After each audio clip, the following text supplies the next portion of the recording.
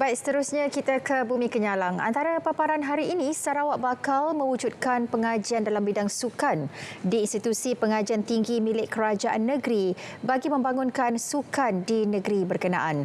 Langsung bersama Fazril Hisham Afandi di Kuching. Silakan Fari. Terima kasih Zahira. Sarawak akan mewujudkan pengajian sains sukan dan pengurusan sukan di 3 institusi pengajian tinggi milik kerajaan negeri. Premier Datuk Patinggi Tan Sri Abang Johari Tun Openg bagaimanapun menjelaskan perkara tersebut masih dalam perbincangan dengan Kementerian Pendidikan dan perlu bermula dari peringkat sekolah rendah. Ujarnya, Sarawak mempunyai ramai jago sukan dalam pelbagai acara namun kekurangan kemudahan. Kita wujudkan di ICAT ke di Kuching ini ataupun Swinburne kena studentnya throughout the world, and then there will be sort of mix and the cultural exchange, sport exchange between the international students. We are also doing it with Ketin also.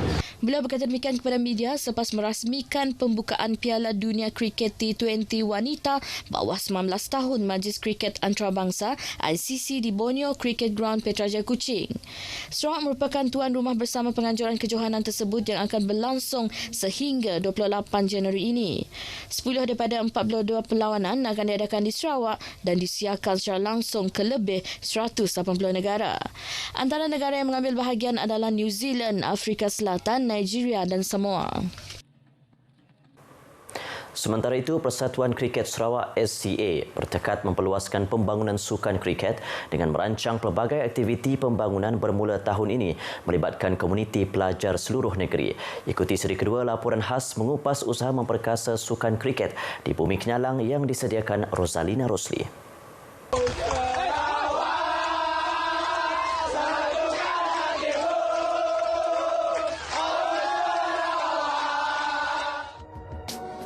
Kejayaan pasukan kriket Sarawak dalam SUKMA 2024 menjadi pencetus semangat kepada usaha memperluaskan sukan ini khususnya di luar bandar.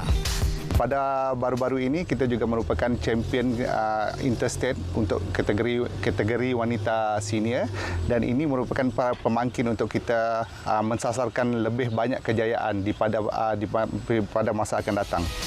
SCA kini bekerjasama dengan Majlis Sukan Sarawak dan Jabatan Pendidikan Negeri bagi menjadikan kriket sukan teras selari hala 7 Persatuan Kriket Malaysia mengembangkan sukan ini di peringkat sekolah dan negeri.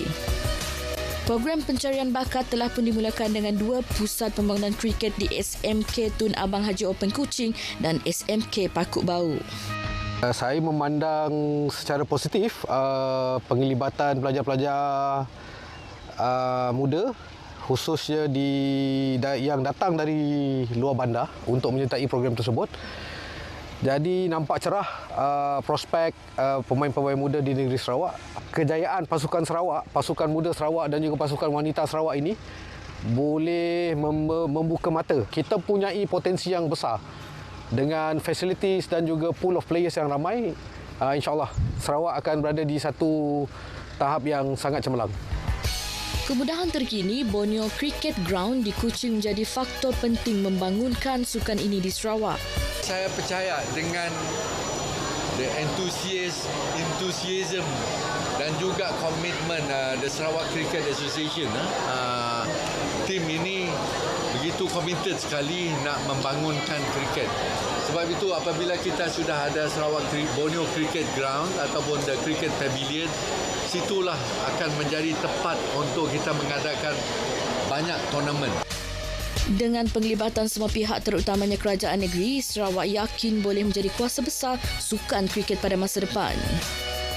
Kriket mungkin belum menjadi pilihan di Sarawak, tetapi dengan usaha Persatuan Kriket Sarawak dan kerajaan negeri, banyak kejayaan telah dikecapi, antaranya kemenangan Perak dan Gangsa dalam SUKMA Sarawak 2024, juara kebangsaan kejohanan MCA Wanita T20 antara negeri 2025 serta Nordania Syuhada anak kelahiran Sarawak yang menjadi kapten pasukan wanita bawah 19 tahun. Dengan penglibatan pelajar-pelajar sekolah, sukan kriket kelak mampu disemarakkan sekaligus menjadikan Sarawak kuasa sukan kriket suatu hari nanti. Rosalina Rosli, RTM.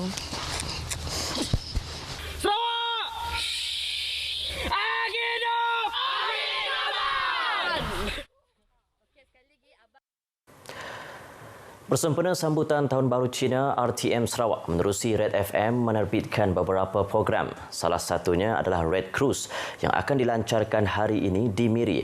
Perkembangan lanjut bersama Noriza Jau. Terima kasih Fazril. Ya, program Red Cruise merupakan sebuah program baharu Red FM bagi tahun 2025. Berkonsepkan meet and greet antara penyampai Red FM dengan masyarakat setempat. Bazar kongsi bertempat di Pejabat Presiden lama ini telah dipilih sebagai lokasi perasmian dan kick-off program ini. Program ini bertujuan untuk menyebarluaskan peranan RTM sebagai media rasmi kerajaan melalui stesen radionya iaitu Red FM Inggeris dan Cina dengan aktiviti turun padang di samping meraihkan suasana Tahun Baru Cina di lokasi terpilih bersempena sambutan perayaan ini. Program ini juga berupaya mewujudkan semangat perpaduan dalam kalangan penyampai Red FM serta kaki tangan RTM bersama-sama rakan-rakan strategiknya yang terdiri daripada pelbagai bangsa yang turut terlibat dalam program ini. Sekian perkembangan dari Miri, kembali ke Kuching. Terima kasih Noriza. Bilangan pesakit yang menghidap kegagalan buah pinggang tahap akhir ESRF di Sarawak semakin meningkat.